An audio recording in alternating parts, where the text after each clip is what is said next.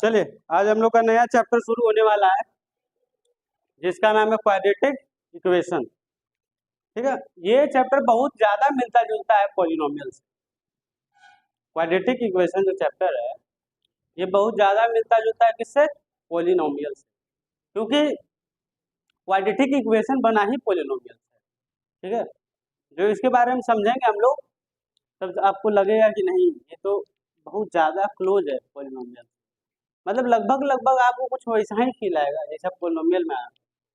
ठीक है, तो हम लोग का जो चैप्टर है उसका नाम क्या है? Quadratic equation. ध्यान से एक एक बात समझिए।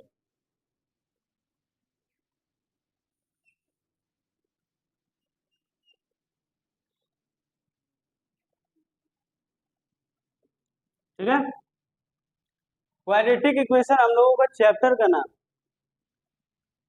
अब इसमें पढ़ना क्या क्या वो चीज आप समझ लीजिए। ठीक है, इसके बारे में थोड़ा सा हिस्ट्री जानते हैं। क्वाड्रेटिक इक्वेशन का हिस्ट्री कुछ अलग है। कैसे अलग है उसको समझिए। बेबी लियोन्स, बेबीलोनियंस, क्या नाम था? बेबीलोनियंस। तो बेबीलोनियंस जो थे सबसे पहले इसके बारे में चर्चा किए थे, वो भी कब? बहुत साल पहले, बहुत साल पहले। उसके बाद आए भारत के एक मैथमेटिशियन जिनका नाम था ब्रह्मगुप्त। ठीक है, तो ये जो भारत के साइंटिस्ट मैथमेटिशियन आए ब्रह्मगुप्त अराउंड 598 एडी, 598 एडी, मतलब आप समझ के चलिए आज से 3000 साल पहले,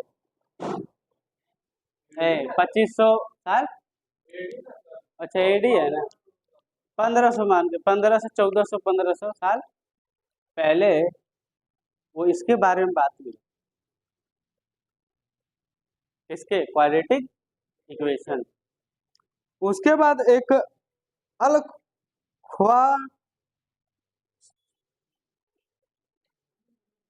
ख्वारिज्मी, अल ख्वारिज्मी नाम के एक मैथमेटिशियन आए जो अरब के थे। कहाँ के थे?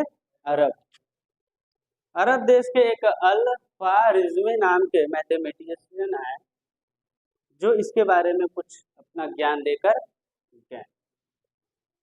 फिर भारत के एक साइंटिस्ट आए श्रीधाचार्य, श्रीधाचार्य, वो भी अपना इसमें कुछ योगदान देकर गए। ठीक है, यानी बहुत सारा साइंटिस्ट जो है इस इक्वेशन पर बात किया है। कौन सा इक्वेशन? Quadratic equation. लेकिन पहले हम ये तो समझ लें है क्या क्वाड्रेटिक, तब तो हमको समझ में आएगा कि हाँ क्या क्या बात किया होगा। ठीक है, अब एक एक बात बहुत ध्यान समझिएगा। आप जब पॉलिनोमियल पढ़ रहे थे सर, तो आप पॉलिनोमियल आपको बताए थे कि on the basis of degree, on the basis of degree we have divided into 4 categories. First is linear polynomial, second is quadratic polynomial। मतलब जब आप पॉलिनोमियल पढ़ रहे थे तो कहीं ना कहीं उसमें क्वाड्रेटिक पॉलिनोमियल आया था। बस वो क्वाड्रेटिक पॉलिनोमियल में पॉलिनोमियल को हटा के क्या लगा देना है? इक्वेशन। और वो लगेगा कैसे?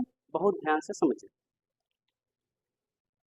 जैसा कि हम लोग जानते हैं कि जो हमारा क्वाड्रेटिक पॉलिनोमियल है, क्या है सर? Quadratic polynomial. तो जो क्वाड्रेटिक पॉलिनोमियल होता है उसका हम लोग जानते हैं कि जो हमारा स्टैंडर्ड फॉर्म होता है, कौन सा फॉर्म? Standard form. वो कुछ इस प्रकार होता है ax² plus bx plus c। ये हमारा स्टैंडर्ड फॉर्म हो गया किसका? Quadratic polynomial. किसका हो गया? क्वाड्रेटिक पॉलिनोमियल का स्टैंडर्ड फॉर्म। ये हमारा क्या है? Standard form. इसको आप लोग बिल्कुल ना भूलें। ये हमारा स्टैंडर्ड फॉर्म है सर किसका, क्वाड्रेटिक पॉलिनोमियल का। ठीक है, अब आपको बताएं कि क्वाड्रेटिक पॉलिनोमियल में कुछ चेंज करके हम इसको बना सकते हैं क्वाड्रेटिक इक्वेशन। आपको उस समय एक बात और बताए थे कि इक्वेशन किसको बोलते हैं। इक्वेशन मतलब कि कुछ पार्ट आपका इधर है, बीच में इक्वल टू, और कुछ पार्ट इधर है, दिस इज एन इक्वेशन। ये क्या है सर, एक इक्वेशन। तो यानी कि हम ये जो हमारा क्वाड्रेटिक पॉलिनोमियल है, अगर कहीं ना कहीं अगर हम इस क्वाड्रेटिक पॉलिनोमियल को अगर कहीं ना कहीं सर हम इक्वेट कर देते हैं किससे, जीरो से। किससे इक्वेट कर देते हैं सर, जीरो से। तो ये सर क्वाड्रेटिक पॉलिनोमियल जो आपको दिख रहा था उतना देर से, ये अब आपको क्या दिखेगा सर, क्वाड्रेटिक क्वाड्रेटिक इक्वेशन। वही सर जो क्वाड्रेटिक पॉलिनोमियल हुआ करता था, बस हम उसमें एक चेंजेस लाए। वो चेंजेस क्या था कि हम बस इक्वल टू में क्या लगा दिए, जीरो। जैसे ही हम इक्वल टू में लगाए जीरो, ये जो क्वाड्रेटिक इक्वेशन बन गया, कहाँ से, क्वाड्रेटिक पॉलिनोमियल। यानी क्वाड्रेटिक इक्वेशन कुछ खास नहीं है, कुछ नया नहीं है हमारे लिए, वही है क्वाड्रेटिक पॉलिनोमियल ही। बस हम उसको क्या कर रहे हैं सर, जीरो से इक्वेट कर दे रहे हैं, जीरो से क्या कर दे रहे हैं, बात समझ में आ रहा है। तो ये आपको क्वाड्रेटिक इक्वेशन बन गया, जो हम लोग पढ़े भी हुए हैं। ठीक है, कुछ बात और, जो हम लोग क्वाड्रेटिक इक्वेशन पढ़ते हैं, तो क्वाड्रेटिक इक्वेशन में आपको एक खास बात का ध्यान रखना होता है कि ये जो ए है, बी है और जो सी है, ए है, बी है और सी है, ये कोई भी रियल नंबर हो सकता है। ए, बी, सी, ये कोई भी क्या हो सकता है, रियल नंबर। ए, बी, सी कोई भी रियल नंबर हो सकता है, लेकिन एक शर्त है, ए को कभी भी जीरो नहीं होना पड़ेगा। क्योंकि अगर ए जीरो हो जाता है बाय द वे, तो ये तो पूरा सिस्टम ही खत्म कर देगा सर, नहीं खत्म कर देगा, इसको तो गायबे कर देगा। और सर इक्वेशन क्वाड्रेटिक का पहचान ही है पावर टू। क्वाड्रेटिक का पहचान ही क्या है, पावर टू से। यानी अगर हम यहाँ से इसी को खत्म कर देंगे तो पूरा अस्तित्व ही गायब हो जाएगा किसका, क्वाड्रेटिक का। इसीलिए कभी भी यहाँ पर ए कभी जीरो नहीं हो सकता, बाकी और कुछ भी हो सकता है। Is it okay? यानी ये जो आपको क्वाड्रेटिक इक्वेशन दिख रहा था, इस क्वाड्रेटिक इक्वेशन में आपको एक बात समझ में आया कि क्या क्या करना है और कैसे करना है। ठीक है, अब बहुत ध्यान समझिए, जब आप पॉलिनोमियल पढ़ रहे थे तो वहां पर आप सॉल्व करते थे पॉलिनोमियल को, है ना। जब आप उसको सॉल्व करते थे सर, वहां पर एक चीज आप निकाल कर ले आते थे, और उसको हम लोग क्या बोलते थे, जीरोस ऑफ द पॉलिनोमियल।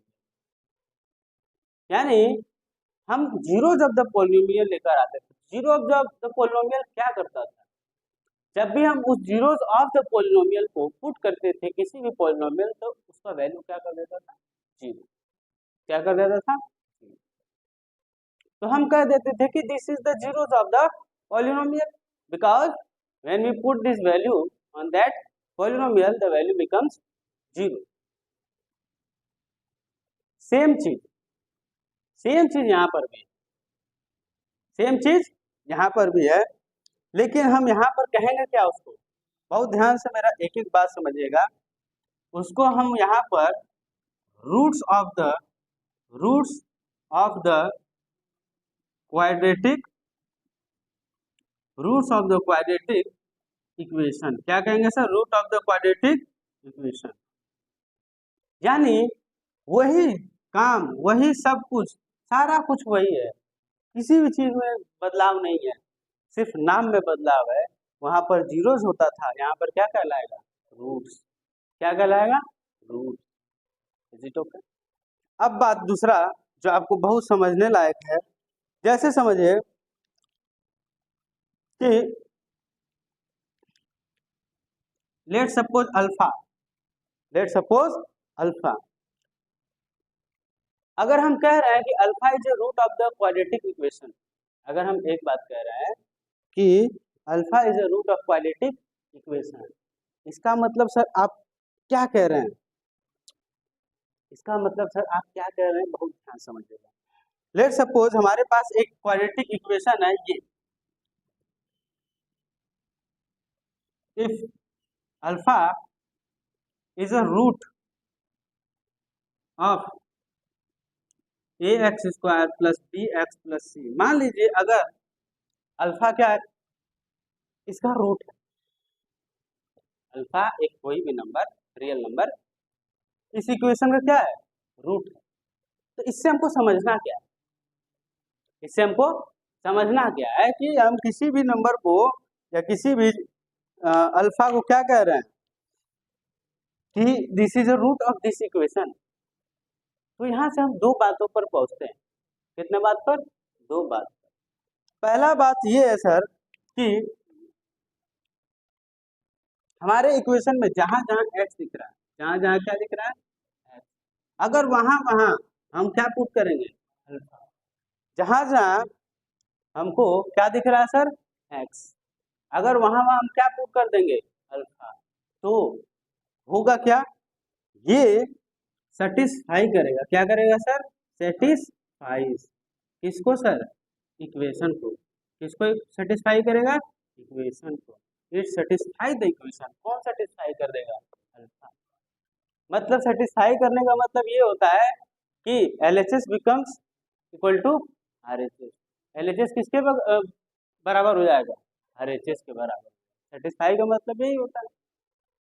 दूसरा बात जो आपको बताने जा रहे थे वो क्या है कि अगर अगर हम लोग कह रहे हैं x is equal to alpha, अगर हम यहाँ पर ऊपर क्या बोले थे, अगर x अल्फा के बराबर पुट कर देते हैं, यानी x के जगह हम लोग अल्फा पुट कर दे रहे हैं, तो ये इक्वेशन को क्या करेगा, सेटिस्फाई। कब, जब अल्फा क्या होगा, रूट होगा। जब अल्फा क्या होगा, रूट। बात समझ में आ रहा है?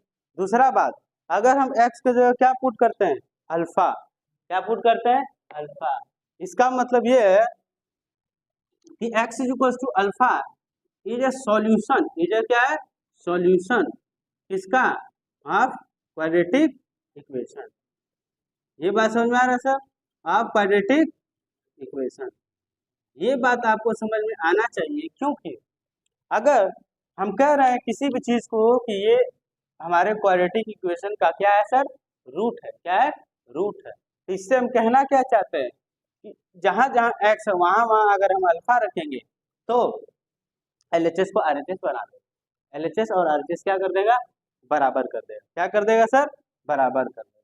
ठीक है, बात समझ में आ रहा है, LHS और RHS को क्या कर देगा, बराबर। अगर हम x is equal to alpha अगर है या x के जगह हम अल्फा लिखते हैं, तो ये भी आपको बात समझ में आता है, ये जो x is equal to alpha हम रखे हैं ये सॉल्यूशन है इसका,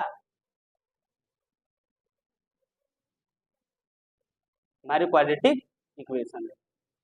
बात समझ में आ रहा है, यहाँ तक कोई दिक्कत है?